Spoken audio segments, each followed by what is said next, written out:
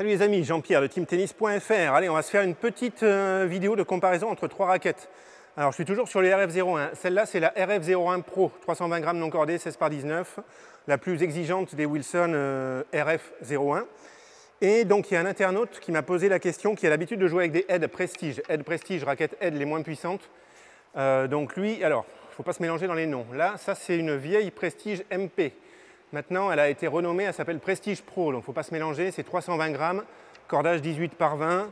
Voilà, donc j'ai beaucoup joué avec la Head Prestige 600. Après, je suis passé sur cette raquette, c'est hyper dur à jouer, il faut vraiment envoyer pour faire avancer la balle, il ne faut pas jouer hyper lifté. Donc il m'a dit qu'il avait cette raquette, il commençait à fatiguer, je comprends. Et il m'a demandé du coup si passer sur la Wilson RF01 Pro, ce serait une bonne idée pour avoir juste un peu plus de puissance facile, etc. Donc comme j'ai tapé des années avec cette raquette, je me suis dit, allez, on se fait cette petite comparaison entre les deux, ça pourrait être sympa. Et dans le lot, je mets une raquette qui est aussi un petit peu exigeante, mais qui est plus légère, c'est la Wilson Blade 98, 305 grammes, en plan de cordage 16 par 19. Une de mes raquettes préférées, mais un petit peu exigeante. Bon, je la mets un petit peu dans cette comparaison, même si elle est plus légère. C'est parti, je vais commencer à taper avec la RF01 Pro. 320 grammes, équilibre 31,5, donc plutôt côté manche, mais quand même, on sent le poids de la raquette, elle est maniable. J'ai dit dans mes autres vidéos, pour une raquette de 320 grammes, on ne le sent pas trop, mais quand même, attention au poids de la raquette. Il faut quand même réussir à manier, là je le sens, je viens de taper avec plein d'autres raquettes juste avant de faire cette vidéo, et automatiquement, là je sens que je suis passé quand même dans une autre catégorie de poids. Alors c'est du coup, on a l'impression d'avoir quelque chose de solide en main, là. Pour ceux à qui ça parle, c'est une raquette qui fait solide, qui fait stable en main, mais il faut réussir à la manier. Une technique correcte, sinon il y a de la vivacité. Il y a de la vivacité, c'est pas une planche, on sent que c'est réactif. Alors surtout sur mon revers qui est plus facile que mon coup droit. Mon coup droit, j'ai intérêt de m'appliquer, de bien centrer la balle pour que ça parte correctement. Et là, quand je centre bien, ça part. Je fais quelques fautes en longueur, donc c'est pas super dur. Ah, ça part bien. Alors pour ceux qui peuvent manier la raquette, ils pourront utiliser le poids de la raquette justement pour trouver de la puissance. Donc ça, c'est intéressant. En revanche, si vous êtes gêné par ce poids, le poids va se retourner contre vous. Vous allez perdre en vitesse gestuelle parce que vous ne réussissez pas à manier la raquette. Du coup, vous allez perdre en puissance. Donc voilà, il faut être à l'aise avec les 320 grammes. Et c'est pas super dur à jouer. En termes de puissance, franchement, ça part. Je sens qu'il y a de la vivacité avec cette raquette. Quand même maniable. Là, j'aurais dû gratter un peu plus pour garder du contrôle. Côté coup droit. Voilà, ça prend bien le lift quand même. C'est la même chose que la RF01 en 300 grammes, mais avec plus de poids. À part ça, le feeling, c'est assez semblable en termes d'accès au lift. Voilà. C'est pas dingue, mais on a quand même un bon accès au lift. Je vais passer à la Prestige MP. Ah là là, alors celle-là, je pensais jamais la ressortir du placard, celle-là. Allez, on va pas s'éterniser parce que je vais me casser l'épaule. Il me fait des ronds. Bon, alors là, c'est raquette contrôle. Raquette contrôle, on peut taper comme un âne, la balle, elle sort jamais. En revers, je ne frapperai pas sur balle à hauteur d'épaule. Là, ça va mieux. Et en coup droit, c'est la catastrophe. Catastrophe en coup droit. Ah, je la retrouve telle que je l'avais laissée. C'est fantastique. Allez. Oh là là là là là, c'est automatique. Automatique. Je joue comme avec toutes les autres raquettes. Je ne sais pas combien j'en ai testé. 4, 5, 6, 7. C'est la plus catastrophique en coup droit. Alors des fois, ça peut être carré de service, mais là, c'est carrément bas du filet. Là. Je ne sais même pas comment j'ai pu jouer avec cette raquette. Quelle erreur de choix. La raquette n'est pas mauvaise, mais elle ne me correspond pas du tout. Moi, j'ai un coup droit lifté, j'ai un coup droit qui a un geste qui n'a pas forcément beaucoup d'amplitude, vraiment rien à voir avec cette raquette en 18 par 20 qui a un profilé carré. C'est pas fait. Oh là là, c'est catastrophique en coup droit. Catastrophique. Incomparable avec la RF01 de ce côté-là. Bon, en termes de poids équilibre, je suis pas forcément gêné parce qu'elle est légère en tête. C'est pas le poids et je la trouve maniable, mais c'est ce qui se passe quand je tape dans la balle qui est problématique. Côté revers chopé, c'est bien. Et là, attention, il faut y aller pour trouver la longueur. Là. Chope, ça va. Ah là là, par contre, je retrouve le bruit. Je retrouve le bon vieux bruit de la Prestige, là, par contre. Pan. Ah oui, ça, c'est, voilà. Bon, là, je comprends un peu plus pourquoi je prenais la Prestige. C'était pour mon revers. Là, je boise, mais c'est pas grave. Celle-là, elle est bien, là. Là. Voilà, là. Côté revers, c'est magique.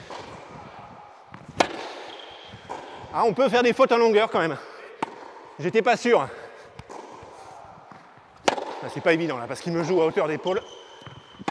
Il faut que je joue à plat, quoi. À plat, ça va. Voilà, ça... En revers, c'est la raquette avec laquelle je vais avoir le plus de confiance. On peut laisser partir. Je vais stopper parce que je vais me défoncer. Allez, un petit coup de blade. Ça devrait être entre les deux.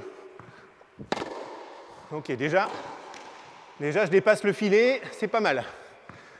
Je dépasse le filet en coup droit.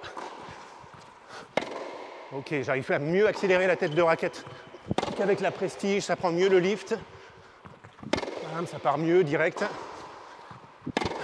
Mais tout de suite, voilà, ce genre de faute, ça, je ne le sens pas. Avec d'autres raquettes, je me dirais, bon, il y a autre chose qui ne va pas, mais là, vraiment, je sens qu'il y a une méga perte de puissance parce que je décentre la balle. Ça m'inquiéterait côté coup droit. À nouveau, c'est pour moi, hein, chaque joueur va avoir son feeling, évidemment, mais ça montre quand même qu'il y a un petit côté exigeant avec la blade.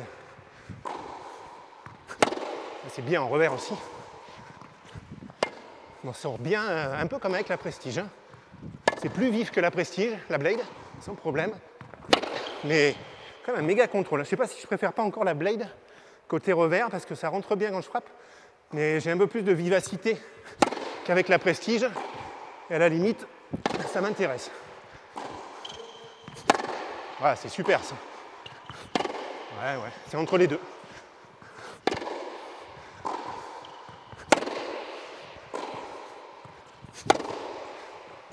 Ah, c'est super, hein. Je retrouve la blade que j'adore. Un tout petit peu exigeante en coup droit, mais à côté, j'adore. Je retape un peu avec la RF 01 Pro pour voir ça après la blade.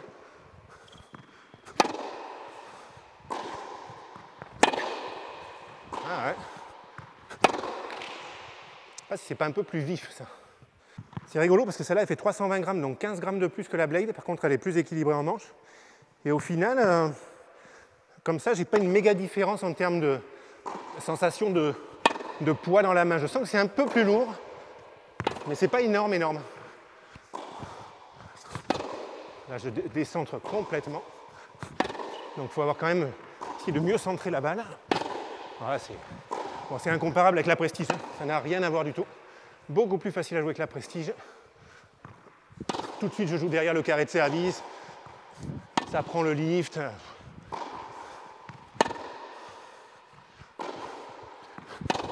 Ah, je fais faute. Non, elle n'est pas faute en longueur, mais presque. Ah, ça part facilement quand même. L'impression d'avoir plus de pêche qu'avec la blade, peut-être. Waouh! Voilà, tout d'un coup, là, il y a des moments, ça peut partir loin. Quand même une bonne vivacité avec celle-ci. Bon, on va se faire un petit bilan. Bon, sans aucune surprise, Prestige MP, qui maintenant, si je ne me trompe pas, s'appelle la Prestige Pro.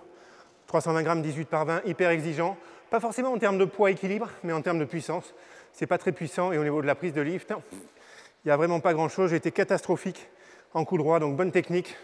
Vraiment pour les gros frappeurs qui ne mettent pas trop de lift. La Prestige, éventuellement, ça peut le faire. Ensuite, la blade, plus de vivacité, clairement. Mais j'ai ressenti ce côté un petit peu exigeant sur le coup droit, comme la raquette que j'adore, en termes de puissance contrôle, mais un tout petit peu exigeante quand même. Il faut faire attention. Et celle-là, je dirais que c'est la plus facile à jouer. Alors c'est un peu bizarre, parce qu'elle est plus lourde, il faudrait que je surveille ça. Mais à part le poids de 320 grammes, je la trouve plus vive, plus puissante que les deux autres, avec une prise de lift qui est facile, avec une bonne maniabilité, et clairement, alors nettement plus facile à jouer que la Prestige, il n'y a pas photo. Donc pour l'internaute qui m'a posé la question, je pense que s'il était déjà à l'aise avec les 320 grammes de la Prestige, il peut partir sur celle-là, il sera à l'aise en termes de poids, maniabilité, et il y aura plus de puissance facile, plus d'accès au lift, beaucoup plus facile à jouer. Les amis, voilà pour cette petite comparaison de ces trois raquettes. Dites-moi ce que vous en pensez, n'hésitez pas à me poser des questions. Je vous rappelle que vous pouvez trouver toutes ces raquettes chez mon partenaire Tennis Warehouse Europe. Super site de vente de matériel en ligne avec un méga choix, possibilité de tester les raquettes. N'hésitez pas à aller chez eux. Je vous dis merci d'avoir regardé la vidéo et on se retrouve bientôt pour d'autres conseils. Salut les amis, ciao!